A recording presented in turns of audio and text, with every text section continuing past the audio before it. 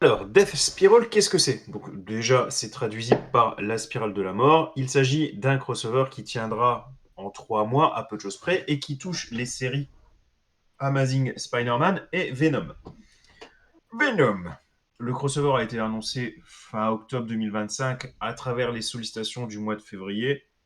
Donc, autant dire que c'est une annonce qui s'est faite quand même de manière assez discrète. C'est-à-dire que c'est pas Marvel qui a pris la parole, qui a annoncé le truc en grande pompe. Non, c'est à travers les sollicitations. On annonce Spider-Man slash Venom 1 Death Spiral. On te balance ça au milieu de plein d'autres sollicitations. Et c'est à toi de remarquer que, hop, il y a un petit numéro 1 qui va annoncer quelque chose, quoi. Je dirais même qu'à ce moment-là, on n'avait absolument aucune information, si ce n'est vraiment le titre de lancement, à savoir Amazing Spider-Man Venom Death Spiral 1. C'est vraiment un peu plus tard que le planning de diffusion a également été mis en avant. Donc là, je vous l'ai mis à droite, où vous avez du coup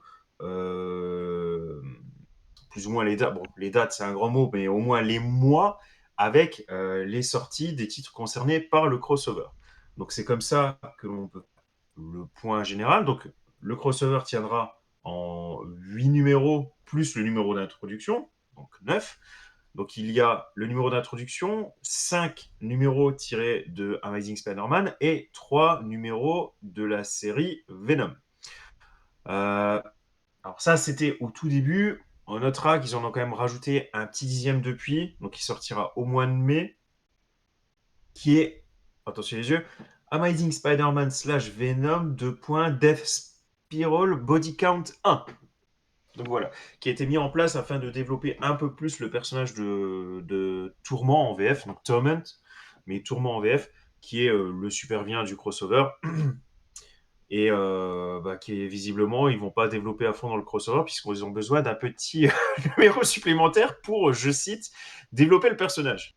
Non, je répète pas. Surtout que je suis plutôt content, je l'ai à peu près bien fait, j'ai pas trop foiré le titre, donc on va pas tenter le diable, hein, comme on dit.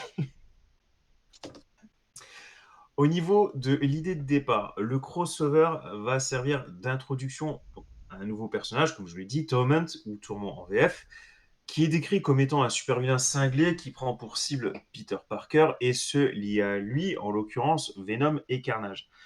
Euh, Dès le départ, il a également été annoncé que le crossover permettra aussi de raccrocher les wagons. Donc, il faut savoir qu'il y a quand même pas mal de changements dans le Spider-Verse au sens large ces derniers temps.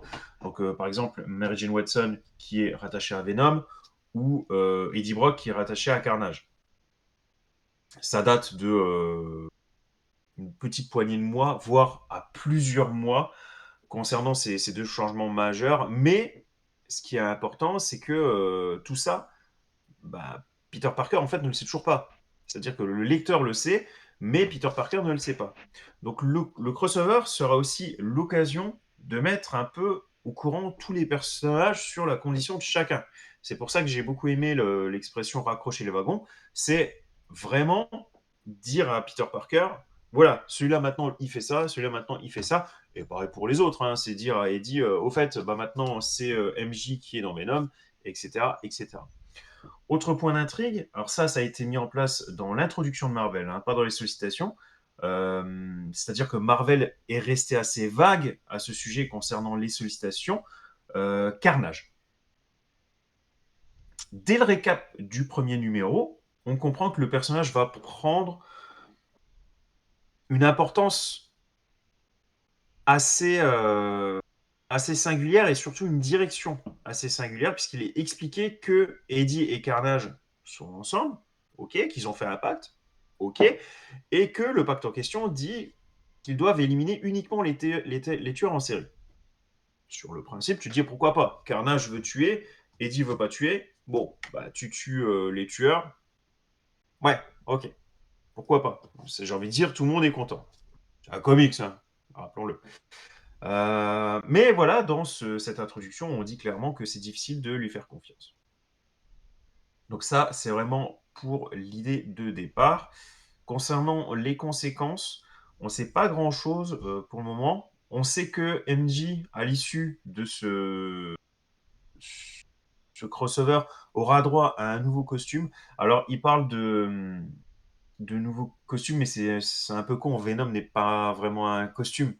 Donc, un nouveau design, on va dire, et qui ferait plus ou moins office de level up. C'est un peu comme ça qu'ils l'ont décrit. Alors, est-ce que ça veut dire qu'après tout ça, Mary Jane Watson va avoir plus de pouvoir ou plus de force? On ne sait pas trop. En tout cas, visiblement, elle aura sans doute de nouvelles capacités. On verra. Et à noter également que il y aura l'event Queen in Black qui arrivera à l'été 2026.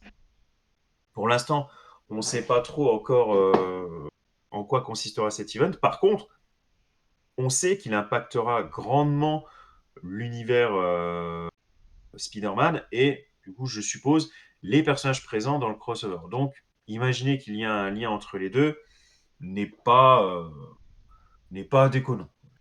Alors, donc, concernant le numéro d'introduction, écrit par Joe Kelly, Ali Wing et Charles Soule, et dessiné par Diz 16.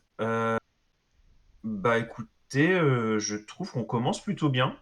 Franchement, c'était pas mal. Tourment et intrigant.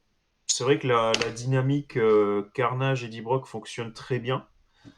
Je dirais même que c'est pas plus mal parce qu'à l'inverse, j'ai trouvé Peter Parker quand même vachement mou, euh, vachement en retrait.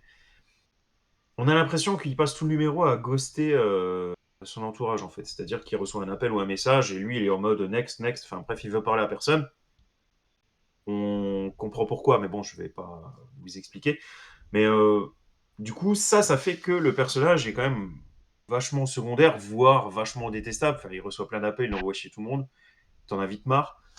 Heureusement, du coup, que la dynamique Carnage et D-Brock fonctionne très bien parce que ça donne un peu plus, bah, c'est triste à dire, mais un peu plus d'intérêt au numéro. Parce que si on part du principe que tu dois suivre Carnage, Venom et Spider-Man, et que bah, déjà, tu enlèves Spider-Man, il en reste plus que deux. Donc, heureusement, non, Carnage, clairement, c'est quand même assez sympa.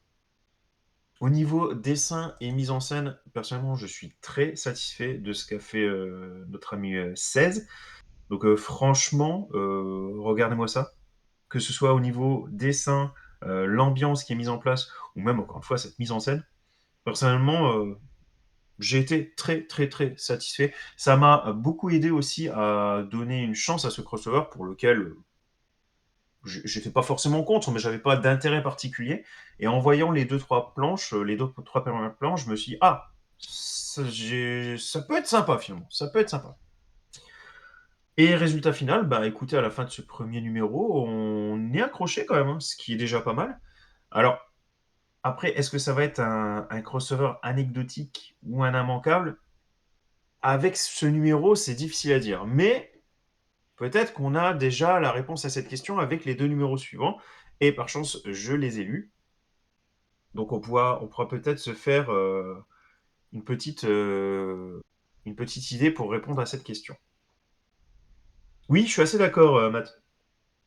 Notamment sur l'image en bas à gauche, ça m'a fait penser.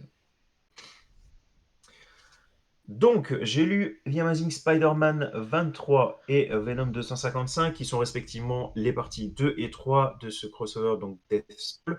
Pour Spider-Man, ça a été écrit par Joe Kelly, dessiné par Ed McGuinness. Pour Venom, pardon, ça a été écrit par Ale Wing et dessiné par Carlos Gomez et Frank Darmata.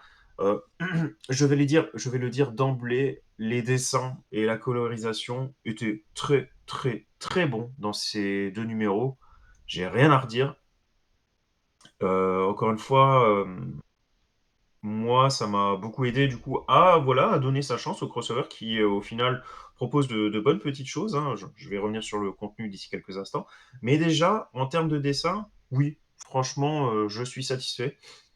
Alors, il y a quand même beaucoup de couleurs. On retrouve des couleurs assez vives, un Spider-Man assez flashy, comme on a l'habitude de le voir assez fréquemment, hein, dans l'univers de Spider-Man, ce qui peut paraître assez bizarre dans le sens où le titre se veut assez sombre. Excusez-moi. Donc c'est vrai que dans un sens, du coup, tu as un fossé, c'est un grand mot, mais tu as quand même une petite, ouais, ça colle pas forcément. Toutes ces belles couleurs, ce côté flashy, et d'un côté, ce personnage sombre de Tourment qui te massacre tout le monde. Je demandais pas forcément un univers à la Dark Knight, mais ça m'aurait pas dérangé que les couleurs soient un peu plus sombres, quoi. Qu'elles tournent un peu plus vers le gris et les nuances de noir, plutôt que sur le bleu bien bien pétant de Spider-Man. Vous allez voir ça tout à l'heure. C'est même le cas de Venom, hein, puisque le Venom version MJ, il est plus 100% noir. Vous avez de belles barrettes jaunes comme ça. Bon, voilà. Enfin, il a jamais été 100% noir. D'habitude, il a du blanc. Mais là, ça fait jaune doré. Encore une fois, ça rajoute encore de la couleur, quoi. Euh, Au niveau mise en scène, on s'est fait plaisir. Mais encore une fois, ça va de pair avec les dessins, comme je l'ai dit, qui étaient très bons. Franchement, j'ai beaucoup, beaucoup, beaucoup aimé. Que ce soit au niveau des scènes un peu plus posées, donc dans ces cas-là, on peut voir tout simplement la posture des personnages, comment ils se déplacent, là c'est très intéressant, ou les scènes de combat. Alors il n'y a pas vraiment de combat, mais on va dire qu'il y a quelques coups échangés, et là c'est pareil, il y a des choses très sympas. Je pense à une scène où il y a Spider-Man et Venom qui se déplacent sur les toits, c'était magnifique. Tout ça, c'est cool. Et des petits trucs aussi sympas. Donc, c'est vrai que les scènes où Eddie Brock et Carnage discutent sont drôles. Elles sont quand même assez marrantes. Donc là, vous voyez un exemple à gauche où non seulement tu as Carnage qui se barre de la tête de Eddie Brock, mais en plus, il se barre avec un œil. Et t'as clairement Eddie Brock qui dit: Tu commences à me faire chier, tu peux refoutre mon putain d'œil en place, quoi, limite. Donc, c'est. Voilà, c'est quand même assez drôle. Donc oui, ça rejoint encore une fois l'aspect graphique du numéro. Très satisfait. Très très satisfait. Euh, Comme je vous l'ai dit, euh, le titre a pour but aussi de raccrocher les wagons. Donc je vous le confirme après lecture. On raccroche les wagons. Euh, on raccroche les wagons aussi de manière intéressante parce que ce numéro a un petit côté foutoir, mine de rien, mais dans le bon sens du terme. Alors, comment on peut donner un bon sens du terme à l'expression foutoir, je sais pas trop. Mais en tout cas, c'est vraiment dans le bon sens du terme. Pourquoi? Parce que on ne sait pas en fait à qui Spider-Man parle, en fait. Euh, et ça donne lieu à des échanges qui peuvent être du coup pris de plusieurs manières différentes. Et ça, c'est quand même chouette. C'est assez intéressant. Et ça me fait utiliser le terme du coup foutoir. C'est-à-dire que lorsque par exemple Spider-Man et Venom parlent, donc voilà, Spider-Man sait enfin qui est ce nouveau Venom, euh, puisqu'il aime toujours autant Mary Jane, bon, sans qu'ils soient ensemble, mais voilà, elle compte pour lui, il lui dit clairement je ne veux pas que tu sois blessé. Et ce qui est génial, c'est que Venom répond trop tard. Et bah, tu sais pas à qui répond ça. Tu sais pas si c'est Venom qui dit trop tard ou si c'est Mary Jane qui dit trop tard. Et c'est génial. Parce que suivant quel personnage parle, ah bah ça change tout. Et tu sais pas. Et j'ai trouvé ça génial. J'ai trouvé ça très très très bien pensé. Oui, ce sont les vraies couleurs là. Par contre, c'était une case qui était un peu plus petite, donc du coup, je l'ai agrandie. C'est peut-être pour ça que ça peut te paraître un petit peu flou. Pour l'instant, je n'ai lu que 3 numéros, mais il y a vraiment, vraiment, vraiment déjà une sérieuse dose de mort dans ce numéro. Il faut savoir que donc le mode opératoire de Tourment est assez simple. Il s'en prend aux personnages par rapport à leur nom de famille. Donc, du coup, vu qu'il veut faire mal à Peter Parker, bah voilà, ça tue du Parker, du Watson, du Brock, du Riley. Voilà, donc tu as énormément de mini-scènes. Des fois, ça tient. Alors, dans le premier numéro, ça tient en 2 planches. Mais dans les numéros suivants, ça tient en, genre en une case, en bas de planche. C'est-à-dire que tu as une planche entière qui te fait avancer l'histoire. Et en bas, tu as une petite case où tu as un nouveau Riley qui est mort. Voilà. Et c'est comme ça que tu sais quel est le mode opératoire donc de Tourment. Il prend un nom et à la Terminator, Sarah Connor, il te les tue tous au fur et à mesure, quoi. Bon, je schématise, mais l'idée est là. Et du coup, bah ouais. t'en as quand même pas mal des morts et tu as aussi une mort assez importante déjà. Donc finalement, peut-être que le crossover ne va pas être anecdotique. Peut-être qu'il sera un immanquable. Bon, immanquable, ça reste un grand mot, puisqu'on sait déjà que de base, la mort dans les comics reste un grand mot. Mais voilà, il y a la mort d'un personnage quand même très connu. Vous avez un petit indice là dans cette image. C'est pas forcément clair, mais est-ce que vous arriverez à reconnaître, soit avec ce que Hmm. le personnage a dans les mains, soit par rapport à ce qui est autour de lui? Je ne dis pas, vous saurez, soit par rapport à son costume, peut-être aussi un indice. Vous verrez, mais voilà, il y a déjà un personnage bien connu du Spider-Verse qui a mordu la poussière, et un autre personnage un peu moins connu, mais qui est proche d'un des personnages que j'ai cités déjà, donc Watson, Brock, je dis pas qui, vous verrez, qui est mort également. Donc voilà, visiblement, on veut quand même marquer les esprits. Concernant le verdict, bah écoutez, c'était pas si mal pour l'instant, hein.